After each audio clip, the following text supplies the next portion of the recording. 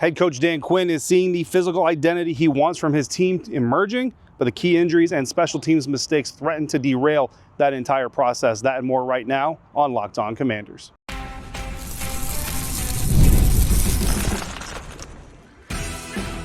You are Locked On Commanders, your daily podcast on the Washington Commanders.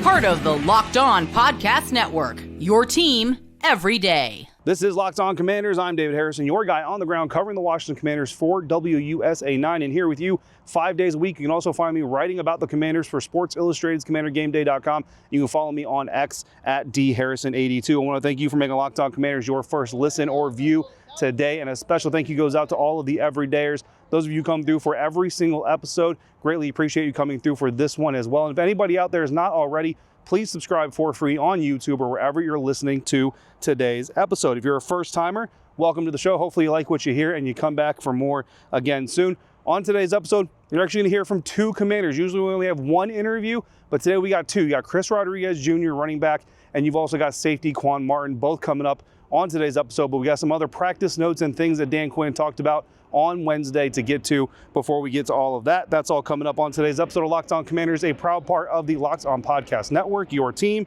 every day. And today's episode is brought to you by FanDuel. Football season is around the corner. Visit the FanDuel app today and start planning your futures bets now. Dan Quinn laid out his unfiltered thoughts about the last game, the Washington Commanders' Monday night preseason game against the Cincinnati Bengals, with a clear vision for the team's identity, but also some glaring weaknesses that need to be addressed and identified and worked on very, very quickly. Right, let's start with the positives here. First thing Coach Quinn talked about, he liked the direction of the run game and also specified pass protection, noting improvement in gap schemes and pulling linemen. And what I really like about that is it really kind of hammers home 2 points that we made on the post-game episode. If you remember going back to the Deebo Samuel 19-yard run to start off the game for the Washington Commanders offense, and then the 40-yard run by Chris Rodriguez Jr., two pulling linemen, and then the touchdown pass or touchdown run by rookie Ja'Cory Crosskey-Merritt, two pulling linemen on that blocking play, pulling linemen and tight ends getting downfield for run blocks on the Deebo Samuel run, as well as the Chris Rodriguez run. John Bates getting there inside with Tyler Biadasz to help kind of spring their guys. These are things that we talked about, the gap zone scheming and blocking and all these things. So to hear Dan Quinn come back after he got a chance to break down the tape and kind of affirm what we talked about on the show following the game really gives us confidence that we're on the right page here with what the Washington Commanders are doing. Also said he was pleased on the defensive side, especially early on, the first team defense, the energy, tackling, and the physicality. Said, quote, "I thought that felt a lot more like us," end quote. And he didn't say it specifically, but going back to that first preseason game against the New England Patriots just did not look like Commanders brand football. So getting that Commanders brand football back on the field there Monday night, obviously making head coach Dan Quinn very, very happy. He specifically highlighted a couple of plays early on, one by safety Quan Martin, and then also JK, who is defensive lineman Javon Kinlaw, down near the goal line. Of course, you remember that 3rd and goal play. We talked to Quan Martin about that in the interview coming up here on the episode. Getting down there, making a stop at the goal line, preventing the Bengals from getting in. Unfortunately, they were able to punch it in on 4th and goal. A little bit of friendly fire, so to speak. Chase Brown, the Cincinnati Bengals running back, Illinois Fighting Illini teammate of Quan Martin's when they were both at the University of Illinois. So a little bit of friendly fire that way, but Quan Martin in the right position. Unfortunately, one side's got to win, one side's got to lose a rep, and that time it was Chase Brown getting the win over his good buddy Quan Martin. He also, Dan Quinn talked about areas for improvements, that he was not happy, quote unquote, not happy with the ball being a -2 for the game, end quote, talking about turnover margins. And this is something that this team talked about from before the roster even started getting built in 2024. As soon as Dan Quinn came in, as soon as defensive coordinator Joe Witt Jr. came in, it was all about taking the ball away, getting takeaways for their defense, from the defense for the offense. And then with Cliff Kingsbury's arrival, all about protecting the ball, being smart, securing the football. So to be -2 in the turnover category, never going to be a good thing. Dan Quinn said, you're not going to win a lot of games in the NFL that way. He also mentioned tackling, which is more so the depth players tackling once the second team, third team defensive players got in there, and then also breaking tackles. Said, quote, "We're not near the space we need to be on that," end quote. And I think a lot of people who watch the game also agree. I know some are kind of looking at it and saying, some of these guys aren't going to be on the team anyway. They're not going to be on the 53. But when you're the coaching staff and you're in the middle of the battle, you're in the middle of training camp, middle of the preseason, that is not an acceptable excuse. You don't look at a guy and say, you're probably not going to be on the team in 2 weeks anyway, so whatever, you can miss that tackle. No, you want to teach everybody and get everybody on the same page, regardless, because remember, as the year goes on and, guys get put on IR or get released or, what have you, the guys that these teams typically go back to are guys who they have familiarity with, who have familiarity with their scheme. So if you're out there, maybe you're a guy that's going to get cut, not brought back on the roster, on the practice squad, but if a spot opens up later on in the season, you want to be one of those first names that the coaching staff wants to call up to fill that spot. So also talked about Dan Quinn wanting to see better kickoff coverage, better kickoff returns, wants to get big plays out there, says that he has really high standards for that unit. He called them super high standards for that unit. So he wants to see those special teams units get a little bit better. I think they did better after that first kickoff return. The first kickoff return, not great Monday night, right? The coverage team, not great there. Didn't give up a touchdown, but certainly gave up more than you want to. After that, they kind of settled in a little bit, so you'll see special teams coordinator Larry Izzo continue to work on that with his guys. Some injury news. Brian Robinson Jr., not injured, but excused from practice here on Wednesday. Dan Quinn saying there's no updates on that situation, but he does hope to have a resolution to that situation here soon, whether that's a trade.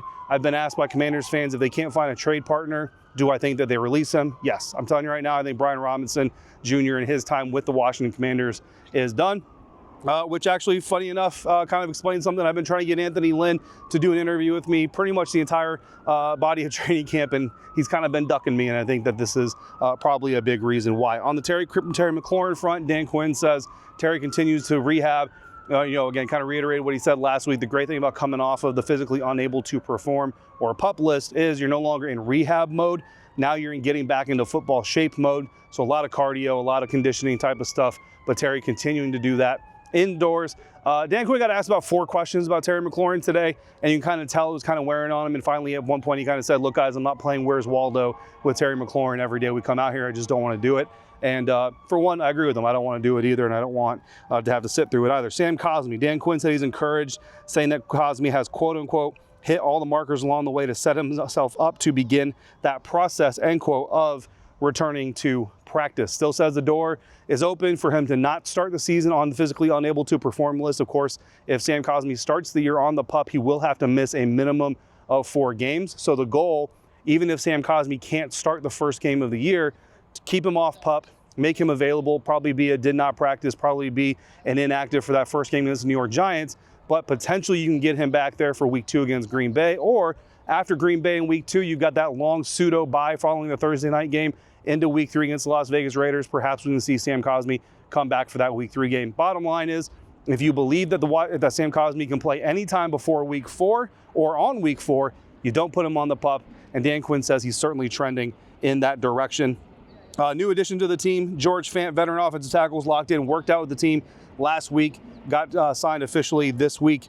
Dan Quinn said, quote, really big deal for us to add somebody with George's experience and length, end quote. And then finally on the field here, returning to practice on Wednesday, defensive end Javonte Jean-Baptiste, linebacker Jordan McGee, who had returned to practice last week but continued to work his way back on the field, offensive lineman Brandon Coleman, cornerback Trey Amos was back on the field, and quarterback Marcus Mariota also back. Dan Quinn also did say that Trey Amos, the rookie cornerback, had the game been a regular season game, not a preseason game on Monday night, probably would have been able to go. More of a precautionary thing than anything. No reason to push the rookie over the limit and end up with a serious hamstring injury that holds him out, potentially for the rest of the season. So while Dan Quinn focused on the big picture, the success of his vision ultimately depends on individual players stepping up. And after the break, we're going to focus on one who's already answering that call. That's coming up next on today's episode of Locked On Commanders, part of the Locked On Podcast Network, your team every day. And today's episode of Locked On Commanders is brought to you by FanDuel. We're talking about all the moving parts on the Commanders roster, trying to figure out who's going to make this team and what this season is going to look like. Well, if you're a fan who lives for bold predictions and preseason hunches, then you need to listen up, because August 26th is going to be your day. August 26th is officially FanDuel Futures Day. Just 24 hours. FanDuel is giving you deals on NFL season predictions. Whether you want to call your MVP, if you're eyeing a long shot division winner, or you're ready to crown your Super Bowl champion before week 1 even kicks off, this is your day. This is your moment. Are the Commanders a dark horse in the NFC East? Is Jaden Daniels going to win the MVP? If you think so, you can put that money down and you can get that deal at FanDuel. So visit the FanDuel app today. Start planning your future bets now, because Futures Day is August 26th. Again, August 26th, only one day. for 24 hours. FanDuel, play your game. While the Washington Commanders work through their issues, individual players like safety Quan Martin and offensive lineman Josh Connerly Jr. are already proving they are foundational pieces for this team's future, at least have the potential to become foundational pieces for the team's future, and you're about to hear directly from one of them. When recapping the last game, head coach Dan Quinn made sure to point out some moments on the defense. He said, quote, "I liked a couple plays early on by Quan Martin and JK down the goal line, so that was good to see," end quote. "I had a chance to catch up with Quan Martin following practice, so here's my conversation with Washington Commanders safety Quan Martin." All right, Quan, man, we've talked a little bit off camera, right? But I want to get you on camera, especially after that first game, and going back all the way to the offseason, the shoulder surgeries, getting some real game action thumps in. How'd you feel getting those game reps? I felt good, man. Just being out there, being fully healthy, just getting an opportunity to go out and play football. And we talked to Dan Quinn about the importance or the advantage it gives a guy like you to be able to just kind of focus on what you're doing. We know you have versatility, but not having to worry about playing multiple positions, you get to focus on your craft. How much are you feeling that benefit? A whole lot, man, honestly. Second year in the system, so I think just being able to know the defense and just knowing my ability, man, just knowing when and where I can make plays, and just giving me some space to just go be a football player. And then NFL.com identified you in the offseason as one of the more underappreciated players in the league, specifically on this team. And I think it's really cool. A lot of fans really supported that message. And there were, a lot of them were saying he's not underappreciated by us. He might be underappreciated by the rest of you. But how does it make you feel to know that there are people out there who understand the value you bring to this defense? It means a lot, truthfully. I think, pretty much through my career, man, that's always been my situation. And, I'm a guy who's going to go out and do my job and just make the team better in any way possible. So just to know I got that kind of appreciation, man, from the fans, from whoever, man, just means a lot to me. And a new teammate in the defensive backfield this year with Will Harris. How are you guys clicking? It's been pretty good, man. We talk often. We sit next to each other in meetings. So just understanding him, man, just learning his game and just seeing how we can complement each other on the field and just building that relationship off the field as well. And having a new kind of third safety in that rotation, right? Seeing Revo, these bugs are crazy. But seeing Revo get that love from the coaching staff and say he's kind of earned that third spot in the safety rotation. What have you seen just kind of being a teammate of Jeremy Reeves these years? He's a guy who just knows ball, man. His football IQ is really high, so he can, go on the field and kind of line up wherever and play football, man. So he's just one of those guys, great vet. He's been in my ear since day one, man. Always had my back since day one. So he's a dude, just being here, man, I couldn't wait to play with on the field. So he's getting an opportunity this year, and I can't wait to play on the field with him. Two plays that stood out to me Monday night against Cincinnati Bengals. Obviously, that 3rd and goal stop, that click and stick that you made on that play. Just how good does it feel when you get to diagnose a play like that and make that play for your team? I felt good, man. Just going through my keys, I kind of, seen it developing and seen it happening. And just when it made a play, man, I think plays like that kind of just set me apart, man. Just my instincts, my ability, just being able to read the offense and kind of just know what to expect in that situation, especially on a goal line down there, man. This stuff happens so quick. Like, you kind of just got to be in tune with all the details, the fundamentals. Now, unfortunately, on the next play, Chase Brown got the better of you guys, but you were there. You were in the spot, you know what I mean? But I know Chase is your guy. And any conversation between you and Chase after that play? Nah, man, not at all, honestly. One I definitely won't back because it was close, man. It was close, but, he great player. I played with him, pretty much my whole career at Illinois, man. I enjoyed playing with him, the competitor he is. And, it's the one I want back for sure. Yeah, it's a little bit easier to swallow those moments when it's your friend and it's in preseason, right? But obviously regular season, get the win on that one more often than not. Dan Quinn has pointed out to you, specifically today, he pointed out to you as well as one of the more impressive players in camp. Talk about a guy like Tyler Owens, and he's learning a lot of different things, and you kind of been through that process. How advantageous is it for a player in development to be able to get out there and play fast while Tyler's learning so he can't play quite 100%? It's a huge advantage, man. Just knowing your calls, knowing where you're supposed to be at on the field, and just knowing when to be there, I think is a huge advantage point.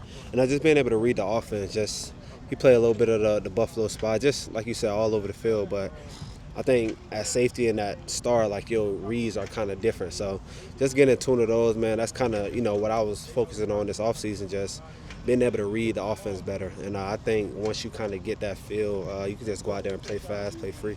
Some great stuff there from Quan Martin talking about the offseason, his shoulder surgery. Again, I talked to Quan several times during training camp and during the offseason, but we kind of talked about it. I wanted to specifically wait to bring him on the show after he got to play a full game, full game as much as he played, at least in the preseason, but get some live game reps with those shoulders, gauge his confidence. Always knew he was confident with it, but just knew he would get a little bit more confidence after getting some hits on some Cincinnati Bengals. Now, Quan wasn't the only player that DQ highlighted when he spoke to us on Wednesday and even after the game. O-line versatility and some standouts from Dan Quinn. Quinn acknowledged the constant changes on the O-line are quote-unquote not ideal, but also sees the silver lining, just like he did with the wide receiver group throughout this Terry McLaurin situation and Noah Brown having to miss as much time as he has, is working on those contingency plans. Says it's created opportunities for some other players, and even said, quote, seen more versatility from guard Chris Paul than I ever have, end quote.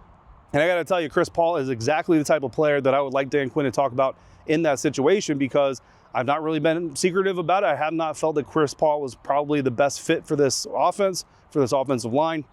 I always thought he had the requisite skill set, just kind of lacked a little bit of the edge, a little bit of the aggression to go out there and showcase that skill set. And certainly on Monday night against Cincinnati Bengals, we saw some of that stuff on that play, that touchdown run by Ja'Cory Crosskey-Merritt. Chris Paul and Andrew Wiley both pulled from the left side to the right side. Chris Paul got through that lane, sealed off that gap for Ja'Cory Crosskey-Merritt, and Bill hit that gap and accelerated through. A great play by Chris Paul there on that play. So that's exactly the kind of stuff that you've always wanted to see out of Chris Paul, exactly the kind of stuff you're starting to see this season. We'll see if it's good enough to keep him on the roster. The Washington Commanders did release offensive lineman Julian Good-Jones on Wednesday following practice, so kind of opens the door a little bit for maybe Chris Paul to have an opportunity. Now, it's one thing, before we go, another player, before we move into the next segment, another player that DQ talked about, we mentioned here at the top of this segment, Josh Conerly Jr., his transition from left side to right side, particularly in the run game. DQ said that was actually where he was more concerned about Josh moving from left to right, is in the run game. Says it's a little bit more difficult to transition that way than it is in pass blocking.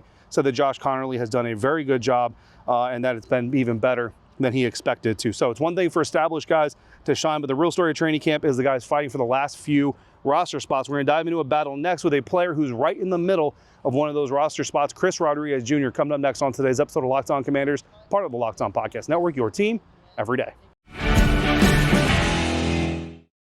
Today's episode of Locked On Commanders brought to you by Monarch Money. We just heard Dan Quinn's message to his players on the roster bubble. Quote, try not to count. For them, that's good advice. For the rest of us in our finances, we absolutely need to know the count. Most people can't name all their financial accounts or even what they're worth. And when you don't have that full picture, you can leave money on the table. That's why there is Monarch Money. It's an all-in-one personal finance tool that brings your entire financial life together in one place in an easy-to-use interface. Monarch does all the heavy lifting for you. I linked my accounts and immediately spotted a few subscription accounts that I didn't need anymore, or a couple where I even had double subscriptions to. Got to save me just a little bit more money by seeing that full picture. Canceling those alone saved me money every month, so don't let financial opportunities slip through the cracks. Use the code LOCKEDONNFL. That's all one word, LOCKEDONNFL at monarchmoney.com on your browser for half of your first year. Important that you sign up through your browser, then you can use the app. Locked On NFL at monarchmoney.com. That's 50% off your first year at MONARCH money.com with code LOCKEDONNFL. The fight for the final roster spot is heating up, and running back Chris Rodriguez Jr.'s offseason transformation shows exactly the kind of work ethic that it's going to take to survive the final cuts on a deeply competitive roster. Another player Coach Quinn praised was running back Chris Rodriguez Jr., crediting his improved conditioning, which we mentioned earlier in the offseason. Chris told me he lost 10 pounds while gaining muscle, gaining a little bit more agility, getting some better conditioning into his program, and said it's giving him more opportunities on special teams and made him more fluid in the passing game. Caught up with Chris in a scrum via WUSA 9 following practice. Here's that conversation. It's been different. Not too much, just working hard and believing in myself, Last year was tough, but, keep working, keep grinding, and, hopefully things fall in my favor. DQ talks about the work you put in the offseason. Yeah. How have you seen that kind of manifest itself on the field? One of my main things I was working on is my speed, and I think last year I hit 20 miles an hour probably 3 times maybe throughout the whole year, and I hit it more times this year in training camp than I have almost my whole life, honestly. What did you do to improve that? Just working with speed, I guess you would call her a specialist. Her name's Lily. She had me doing like mat drills. A couple of guys here actually were with her as well. But yeah, she's tough, and I could see it translate on the field as soon as I got out here. Chris, what's been the reaction from the running back room with the current B-Rob situation? Yeah, I mean, at the end of the day, we're all focusing on ourselves. We're all trying to make the team. The more, energy that we focus into, not knowing what's going to happen, we're really not being our best self. So, I think everybody in the room are just focusing on yourself right now and trying to be a better player. To that point, obviously you're competing to try to make this 53-man roster, right? Sure. So how do you approach these next couple of practices, this preseason game, knowing that you're fighting for a roster spot? Yeah, I mean, I think it's just believing in myself, going out there playing full speed, doing what I was doing. I don't think you need to change anything. Don't need to be a Superman. I'm still human. I still got to go out there and just compete at the end of the day. What does this say about yourself as well as this running back room that when your number is called, you're able to step up to the plate the way that you did? Yeah, I mean, I think DQ puts us in the perfect position every time, and I think, again, just if you're doing what you need to do, like when your number is called, you'll succeed. Emotionally, as close as you all have been in that running back room, how hard is it when a teammate is or may be gone from this locker room? Yeah, I mean, it's hard, but again, at the end of the day, we still have to just focus on ourselves, So that was Chris Rodriguez, C-Rod to a lot of fans, who says his main focus this offseason was improving his speed. He mentioned that he hit 20 miles per hour or more in this camp, and he hasn't done that really in his entire life. You also heard his mentality as he competes, just to believe in himself, play full speed, don't try to be Superman. The focus mentality for Chris Rodriguez Jr. is exactly what Dan Quinn, Anthony Lynn, Cliff Kingsbury wanted to see from him coming out of the offseason. And again, Dan Quinn saying that to those roster players, quote unquote, try not to count, best foot forward, what's your best look like, end quote. Chris Rodriguez Jr. is certainly putting his best foot forward here in training camp and the preseason. Quinn also noted how deep that tight end, running back room, and more safety room. I've talked to him before about the defensive line depth, a lot of deep groups, a lot of hard roster decisions coming for the Washington Commanders, and one more opportunity. Well, two more opportunities really. Got to practice on Thursday, fully padded, we expect. Referees are going to be in attendance, so the opportunity to work on those procedural issues, and then preseason game Saturday to wrap up the preseason against the Baltimore Ravens. So some very key opportunities, all leading to cut down day next Tuesday. Coming up next on Locked On Commanders, we're going to talk about that padded practice on Thursday, even more notes, and yes, we'll keep an eye out for number 17 and potentially have more news to talk about with Brian Robinson Jr. as well. In the meantime, if you got comments or questions, you can text them directly by becoming a Locked On Commanders insider at joinsubtext.com/LockedOnCommanders. NFL fantasy draft season is here. So for your second listen, go find the Locked On Fantasy Football podcast.